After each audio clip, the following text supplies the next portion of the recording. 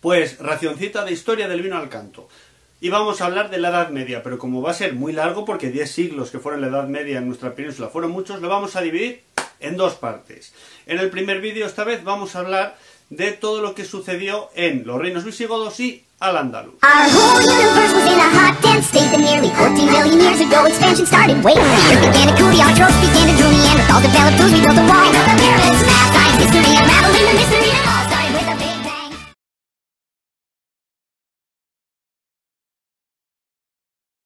Aquí en la península ibérica, el Imperio Romano, más que caer, se fue descomponiendo y yéndose poco a poco. Empezaban a entrar diferentes tribus nórdicas, los suevos, vándalos y alanos. Y los romanos lo que querían era irse de aquí de una vez. Lo que hicieron dar el beneplácito a una de las facciones germánicas seguramente más romanizada, los famosos visigodos, que habían tenido mucho contacto con ellos de manera comercial. Los visigodos habían sido usados muchas veces como mercenarios en las diferentes guerras de los romanos. Estaban bastante romanizados, podríamos decir casi que eran una especie de romanos de la marca Hacendado, así que les dejaron quedarse por aquí. ¿Qué trajeron los visigodos a nuestra península? Pues realmente muy poquito. Hubo una generación de españoles que se crió a base de aprender la lista de los reyes godos, pero realmente trajeron muy poquitas innovaciones.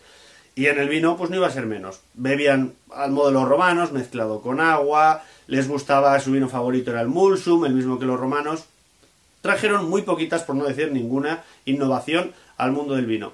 Y muy poquita documentación también. Como mucho en el libro de las etimologías de San Isidro aparecen 3 o 4 menciones sobre el vino, pero poquito más se puede decir. Pero llega el año 711 y los sarracenos entran en la península ibérica por el puerto de Tarifa. Diferentes tribus del norte de África entran aquí, ganan la batalla a las huestes de Don Rodrigo y llega el reinado de Al-Ándalus. Mucha gente hace pensar que la llegada de los árabes a nuestra península supuso el fin del vino. Pues no, ni mucho menos. No se perdió demasiada superficie de viñedo en aquella época, de hecho.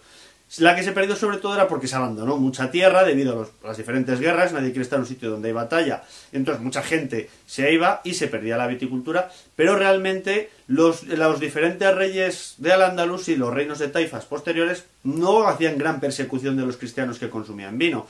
De vez en cuando, de una manera un poco estética, mandaban arrancar algo de viñedo para dar una sensación de que no permitían el consumo, pero tampoco eran demasiado estrictos.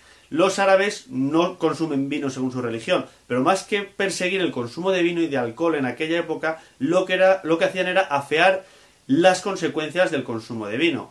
Es decir, lo que estaba mal visto realmente era emborracharse y hacer cosas debido al consumo de alcohol, no el consumo de alcohol en sí mismo. Y eran bastante tolerantes con los habitantes cristianos que viven en esta zona. A final de cuentas, hombre, no se dejaban hacer lo que querían, pero desde un punto de vista ideológico de Al-Ándalus eran parte de una de las religiones de sus libros sagrados, entonces más o menos se dejaba hacer. En Granada, durante muchos siglos después de la llegada de los árabes, de hecho, había tabernas donde los cristianos podían consumir vino.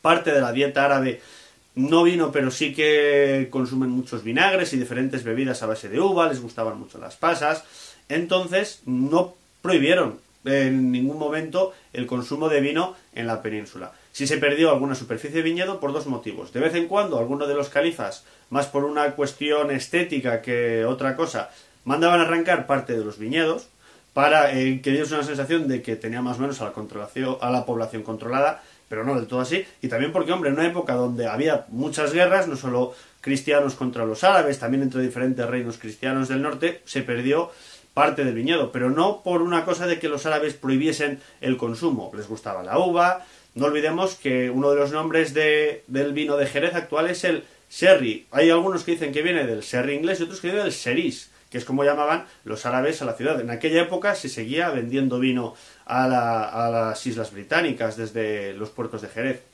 No desapareció ni mucho menos.